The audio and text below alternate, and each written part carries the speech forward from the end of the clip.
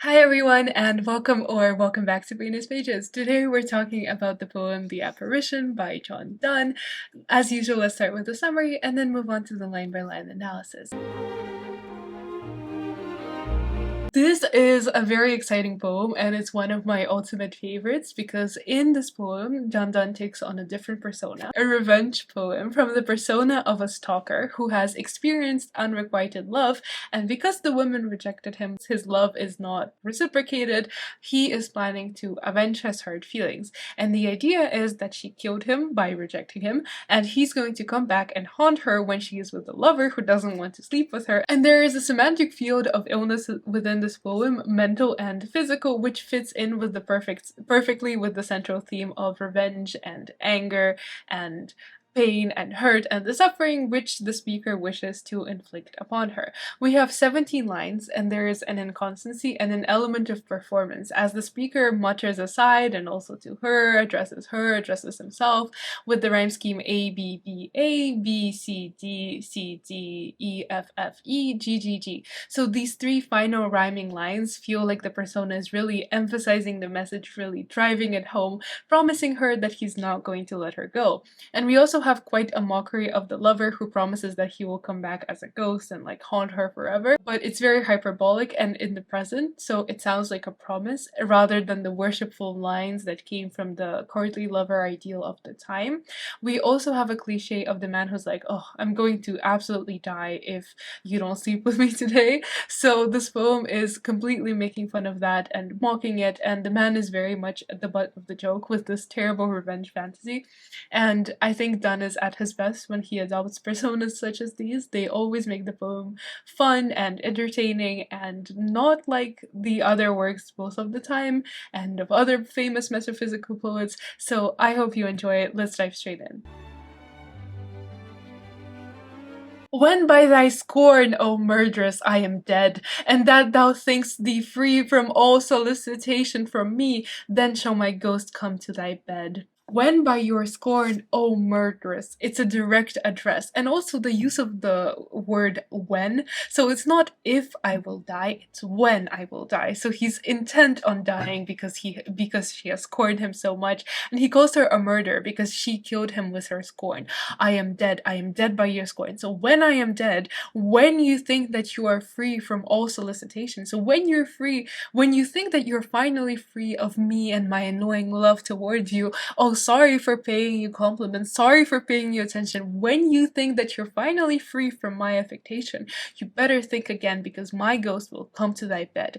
It's a promise, but it's also this utterly pathetic image of begging his entire life solicitation, and so finally he decides that he's had enough, and in a final attempt to woo this woman, he says, yeah, you're going to kill me, and you know what? If you kill me, that will be worse for you. And thee, faint vestal, in worse arms shall see, then thy sick taper will begin to wink, and he whose thou art then being tired before, will if thou stir or pinch to wake him think, and you feigned vestal, so feigned, attempting to, pretending basically. And a vestal is a reference to Roman times when there was this very complex ceremony of the prettiest virgin women in each village. They would be chosen and they would undergo a special ceremony to take on the religious care of the temples. So it was kind of a way to say like, oh, the prettiest women are meant for God, and oh, like if they're virgins they must be chosen straight apart so that they're not polluted, so that they're not corrupted. And so they're given to these temples and they would light the ceremonial fires and pray, and so they would live their life in spiritual role and form. And so he's essentially saying, oh, you're a feigned vestal, so you're only pretending to be a virgin, you're only pretending to be an honorary woman. Of course you're not refusing my affectations because you want to protect your chastity and your honor. You're refusing me because you're only pretending to be a virgin, so you should be sleeping with me instead, is very much the message. So again, that perfect persona of that angry man who can't see the absolute like illogicality of what he's asking because he wants her to be like a virgin, but then he also wants her to break her virginity by sleeping with him. So you are just pretending to be this pretty innocent young girl, but you are in fact a murderess because you're going to kill me. When you're going to kill me, you're going to become a murderess and I will make you that murderess.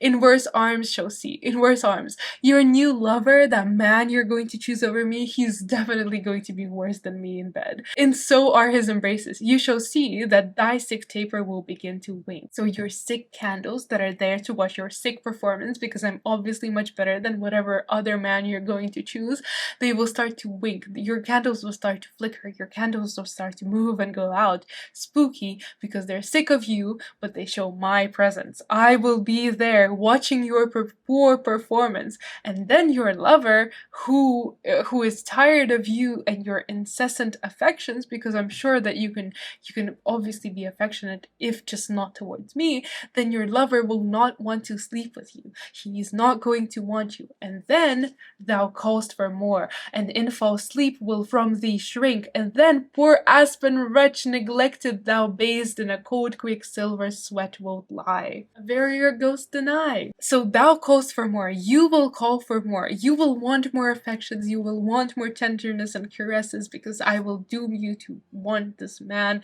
the same way that you didn't want me, but he will shrink from you in false sleep. In other words, he will pretend to be asleep just so that you stop bothering him, just the way that you pretended to be busy or doing anything else to get me to leave you alone. Oh, this will all come full circle. You poor wretch, like you poor cursed girl. You'll be so sexually frustrated that you will break out in a cold sweat, even more dead, a verier ghost than I, even more of a ghost than I am. And quicksilver is mercury, so you've broken out in sweat, and it's that conceit of mercury with its little like silver drops, that you will have those mercury drops on you because you will be so sweaty and frustrated. So again, this is, I think, what makes this poem so special. It's interesting conceits. And mercury was used as a cure for syphilis, so he's essentially saying that she's a loose woman. And notice the double standards here in calling her first like a feigned virgin because, oh, she's not pure, and then criticizing the fact that she doesn't want to sleep with him, and then calling her like, oh, you're so loose that you will definitely have syphilis. So it serves you right now that you're never satisfied because you've slept with so many men that you've given yourself an STD. So it was that same lexical field of sickness. So he's saying that he hopes you will suffer as much as I have suffered. And him calling her aspen. So aspen is a tree. When the wind blows and tends to rustle and to shiver and makes this kind of murmuring sound. So likewise, he's calling her like a wretch, cursed aspen tree. So you're so neglected and sweaty that you will be shivering and frustrated and begging for someone to put you out of your misery. And that's my revenge, because I won't be there to help you. I will be dead. And you will be a verier ghost than I am. So when you will be suffering and when you will finally want me, you can't have me because you killed me. What I will say, I will not tell thee now, lest that preserve thee. And since my love is spent, I had rather thou shouldst painfully repent, than by my threatenings rest so innocent. What I will say when you are in that fine position, when you finally want me, I will not tell you, because that might save you, and I'm not planning to save you since my love is spent, because I have spent all my love on you. I'd rather you would painfully repent than by my threatenings remain innocent. So I will come to your bed, I will be there while you're begging for me or for anyone to put you out of your misery, while you're frustrated in this poor lover's arms, and then I will say, and then he changes his mind and he says, actually, I won't tell you what I'm going to say, because then there will be no element of surprise, no more suffering for you, and I am keen to prolong your suffering. His love is spent, almost as if he doesn't care about her anymore. So he's like, fine, I won't tell you, because you know what? It's better that you suffer more. It's better that I scare you into chastity. I don't want you to repent. I don't want you to be scared into chastity. I won't